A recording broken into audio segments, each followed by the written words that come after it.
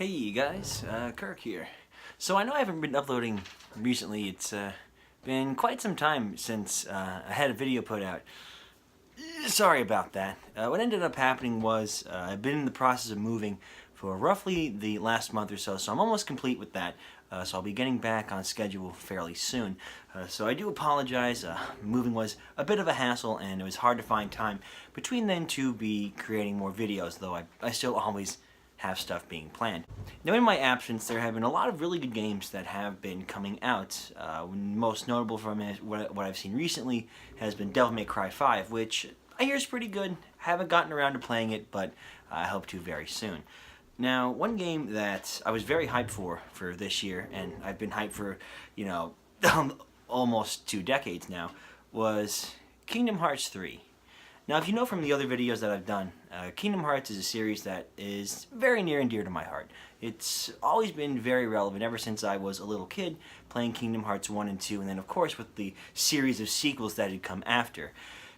Kingdom Hearts 3 had an awful lot to live up to. Now, with the first sequel to Kingdom Hearts 2, coming out in 2005, there was about a 14-year gap from Kingdom Hearts 2 to Kingdom Hearts 3. And in that time span, there's a lot of hype that gets surrounded a game that is very near and dear to the hearts of a lot of fans that have been very, very patient and very, very faithful. So, of course, when it came out, I couldn't help but get it the first weekend. I got through it fairly quickly, and it wasn't quite what I was expecting it to be. Now, Kingdom Hearts 3, looking at it on surface value, is by no means a bad game by any stretch of the imagination. The combat is the smoothest and most visually appealing that it has ever been for any of the Kingdom Hearts games, from the first one to Dream Drop Distance, Birth by Sleep, any of them. Kingdom Hearts 3 certainly has the most colorful and the most visually appealing combat. It's very, very smooth, and like in the previous games, there were always loading screens between, so you'd walk a 2-foot section of a level, there'd be another piece of a level, another one, another one, another one. Kingdom Hearts 3 gets rid of that entirely. So there's no loading screens. What it is, all the worlds are fully open. You can go from one point to the other in one smooth, seamless run. So the worlds themselves that are in Kingdom Hearts 3 are a lot bigger, and there is much more to explore. And, a higher emphasis on fast-paced movement, escalation, falling, flying, gliding, all types of different ways to get around the level. The other staples, there's, special transformations and team attacks that have been in the game since Kingdom Hearts 1 and 2, and I feel for the most part they were very, very well done. Now, while the combat itself is very fun and very fluid, there is a lack of difficulty that comes from it. Now, I played on Proud Mode, the highest difficulty possible, because unfortunately, Critical Mode was not a part of Kingdom Hearts 3, or at least it hasn't been yet if they do plan to patch it in later. And I gotta say, as far as challenge, I was a little bit disappointed. Because your attacks do so much area of damage, you have lots of attacks that do circular motions or targeting attacks that attack enemies from halfway across the map. It feels like you're cutting through paper. There's very few moments in the game where I felt like it was challenging, except for maybe a few boss fights. And the few times that I did die while going through the game in Proud Mode, I wasn't feeling that it was due to difficulty of the game. It was just me either being careless or not paying attention. The difficulty is a bit lackluster. Well, one thing that I wanted to note is the story itself. Now, one of the biggest draws of Kingdom Hearts when it came out in 2002 was the mixture of Disney and Final Fantasy characters. And of course, one of the staples has been expected to have Disney and Final Fantasy characters. While the worlds that you explore are familiar and new Disney worlds, there's a surprising lack of Final Fantasy characters. In Kingdom Hearts 1 and 2, there was always that secret Sephiroth boss that was really hard, and oh man, you felt so great when you finally beat it. They do mention Cloud and Zack and Auron that have been in other Kingdom Hearts games, which are Final Fantasy characters, but as far as ones that you interact with, or even fight against, they don't exist in Kingdom Hearts 3, unfortunately. One thing that I found to be expected from this game itself was the story gets a bit ridiculous at times. And don't get me wrong, the story of Kingdom Hearts has always been kind of out there and kind of convoluted, but at least I felt in the realm of, Kingdom Hearts Chain of Memories and Kingdom Hearts 2, it was pretty easy to follow.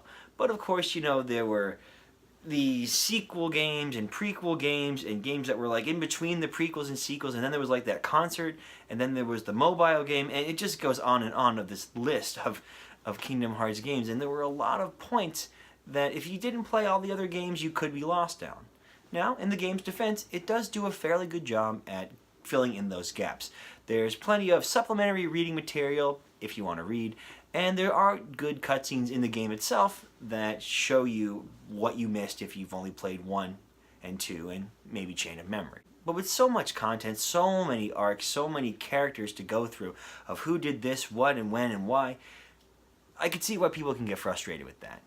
And while the game itself does do a decent job at bringing things together, ultimately, I feel like that's the biggest flaw with the game itself. There's a lack of satisfaction that comes with the story, at least I think so. It's supposed to be the final part of the journey of Sora, and of course, there's a secret cutscene at the end, and they're probably going to make another one. Like, who was going to guess that wasn't going to happen? And I gotta say, from everything that the game has been building up to, it kind of felt like a big disappointment. Now, there are a total of 7 Disney worlds that are within the game, and while they are very expansive, there's only 7, and unfortunately through marketing and other box art in the back of the game and promotional material, they showed all the worlds. So the only Disney worlds that we have in this game are Hercules, Toy Story, Monsters Inc., Frozen, Tangled, Pirates of the Caribbean, and Big Hero 6. Now, some of these were a welcome addition. Personally, I feel like the Pixar worlds of Monsters Inc. and Toy Story are pretty sweet. They didn't follow the plots of the movies by any means, and they had their own unique stories exclusive to Kingdom Hearts. And it was pretty cool to see. There were a lot of really good and touching scenes from the Toy Story and Monsters Inc. worlds. But the other Disney worlds, they weren't so good. Hercules was good like it always is, but there was no Colosseum. It was you pretty much go to Thebes and then you go to Olympus for a pretty cool boss fight where you fight all the Titans like at the end of the Hercules movie, which was pretty cool. But it's not quite the same without being able to go through the Colosseum and the Gauntlet and the excitement of challenging new enemies and fighting Hades and Cerberus and all these other awesome Hercules characters. You really don't get that. But the Hercules one I'd give a pass to. Now, as for Tangled and Frozen, I do need to be honest, where Tangled and Frozen aren't necessarily my favorite Disney movies. They're okay. I think there's a lot of really good songs, there's really appealing visuals to them, but it's not quite my thing. I much prefer the classic 2D animation style. There's something about the 3D that just turns me off. I can't really explain it very well, but that's just my personal taste. And the worlds themselves from Tangled and Frozen, again, are by no means bad, but you kind of follow the story a bit too much. See, in Kingdom Hearts 1 and 2, when you would go to a world as Sora, you kind of had a influence on the plot. The Heartless were making things bad, and it was your job to stop them and then make things correct things as they would go when you would watch the movie and story. But with Tangled and Frozen, the game just kind of continues as if Sora, Goofy, and Donald weren't even there. So, plot points stay the same. There's even a part where they animated the entirety of Let It Go. And while it did look a little bit better in the game than it did in the actual movie, I didn't need to see Let It Go for the 50th time. I see why they did it. They wanted to do it because it was popular, but that was kind of a waste of data if I'm being completely honest. And without this originality to the plots of the stories, it doesn't make it that much of a joy for me to go through because I already know what's going to happen. I saw the movies. And there weren't any twists of the Kingdom Hearts characters or, Organization 13 to make it more interesting than it really could have been. Now, the other worlds that we have to speak about is Pirates of the Caribbean and Big Hero 6. Truth be told, both of these worlds are visually appealing. The cutscenes for Pirates, it looks like they took it right out of the movie of Pirates 3 at World's End, which is the entire level is based off of. But, again, it's very empty. So there's a section where you get to have your own pirate ship, kind of like Assassin's Creed 4 Black Flag. And anything that reminds me of Assassin's Creed 4 Black Flag does have at least one really good thing going for it. But besides, going around and finding heartless ships or searching for sparse treasures throughout the world, there's not really much to do with the ship. And then once you beat the main story, there's little reason to go back unless you're trying to grind or create the ultimate Keyblade, which you need to get certain items and do certain quests to obtain all the materials. And the same thing could be said about Big Hero 6, unfortunately. Big Hero 6 is one of my favorite new Disney/Marvel movies that came out in the last few years. Even though it does have the 3D animation style, which isn't my favorite, I thought the story was good, I thought the characters were entertaining, and overall, I thought it was a pretty good movie. So I was excited to see what they were going to do with a Kingdom Hearts world. And they do this thing where, you know, like Sora joins in and they make him part of the Big Hero 6 team and you fight Heartless and, you know, teach them how to be heroes. It was kind of cute. But it's so short and it's so barren. Like, they give you this city, right? Like a chunk they give you a big chunk of San Francisco to go explore. But again, there's nothing to do. Yeah, you can go, you know, find items and fight Heartless and find some lucky emblems to get more items and ingredients and stuff like that. But it's just so bare. And just to throw this out there, technically speaking, there is a Winnie the Pooh level that is in the game, but I really don't consider it a world because you're there for 5 minutes, you play three mini games, and then you leave. It's not really that much to speak about. I love Winnie the Pooh, but you know, we've already seen it in 1 and 2. Not much to talk about for Kingdom Hearts 3. Now, the last thing that I wanted to mention about Kingdom Hearts 3 is that the boss fights kind of let me down, especially towards the end of the game. So if you remember in Kingdom Hearts 2, there were these series of nobodies that were from Organization 13 that would have like really cool powers and really cool boss fights, and to this day, I'm still triggered whenever I try to fight Zaldin. I hate that guy. And so for Kingdom Hearts 2, if you remember, there were really good boss fights with the Organization 13 members. You know, they were very interesting, they never felt the same, and they were always these grand, epic, you know, anime-type fights. And it was very entertaining and very pleasing. Except for you, Zaldin. And in Kingdom Hearts 3, they bring, like, most of those guys back, and they, you know, in each of the 7 worlds that you go to, an Organization 13 member, or, you know, one of the 50 Xehanorts is messing things up and changing things around. But there's no payoff, like there's no exciting fight with these characters that you would expect amazing fights because they were in the last game. And now, at the end of the game, they did try to do this cool thing where you fight multiple members of the Organization 13 at once, and it just kind of falls flat, mainly because even though you're fighting multiple people at once, it's not hard, it's not challenging, it's not very interesting. There's, you know, not a lot of the flashy cutscenes that you do, and as I said earlier, it's like you're cutting through paper. So, you know, you can be fighting these grand bosses, but you don't feel like it's that much of a challenge. And then they do this where you fight multiple people at once, and again, it's not hard. It's a really, really cool concept that really should have been expanded upon, but unfortunately it just wasn't. And again, at least for this very hollow experience of what could have been and what should have been amazing, memorable boss fights. Now, the last thing that I'll mention about the game itself is the ending.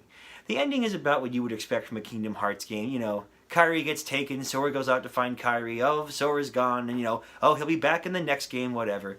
But the thing that I really wanted to touch upon was the main villain of the Kingdom Hearts series up to this point, and that was Xehanort. Now, the first time that we technically met Xehanort was in Birth by Sleep. You know, he was the old man who was voiced by Leonard Nimoy, and I remember him being like a really creepy, really interesting villain. You get to fight him a little bit at the end, and you know, he takes over Terra and all that. But even though he's at the end of the game, he's supposed to be this big villain with this big reveal. Again, you just don't feel like there's a payoff for it. Yeah, you fight him. Yeah, there's this, you know, fight at the end. Yes, he uses the ultimate Keyblade and he sucks out the light of your heart. There's this really cool scene where he like takes the light out of your heart and you're like a heartless version of you and you have to go around and fight, which is kind of cool. But the fight itself, I could just say, is anticlimactic. Like, remember in Kingdom Hearts 1 when you fight Ansem and then there's that part where he turns into a boat? Where was the boat? There's no boat in Kingdom Hearts 3.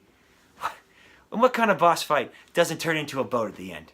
Or like Kingdom Hearts 2, there was that scene where, you know, there's like you and Riku and there's like these like little lightsaber beam things coming down. You have to mash triangle and X and you're shooting these beams back and it was like, oh man, it was so satisfying. He's like throwing buildings at you and you like cleave through them. And it was like really exciting. The game did a really good job visually to make you feel like you were accomplishing something with this fight. But the Xehanort fight at the end is just generic. You just unload a bunch of damage, especially if you have the ultimate Keyblade, which admittedly is pretty sweet. there's nothing else to do. And then you beat it, and there's a sad ending cutscene, everything's happy, but oh no, Sora's not there. We'll get him this time in Kingdom Hearts 4. I bet we will in 26 years when the next game comes out. Ultimately, Kingdom Hearts 3, the way I would describe it would be a longtime friend that you've known forever, right? And this friend has been with you through thick and thin, and you think you're finally ready to go, and you're going to get serious with this person, right? You're finally going to go on a date. And you go on the date, and they're really attractive, but then you realize that on the inside, they're just dull. While visually appealing, the game itself doesn't have enough content, and it doesn't have enough story of what I expect from a Kingdom Hearts game to really justify this 14-year wait for this game to come out. I feel like if they had more time or they put a bit more thought into it, I think it could have been something truly spectacular. And if you like Kingdom Hearts 3, that's not necessarily a bad thing. It still is a fun game to go out and play. And there are many more games that are much worse than Kingdom Hearts 3, especially if you're looking for a fun experience. It's fun. And there's nothing wrong with the game being fun.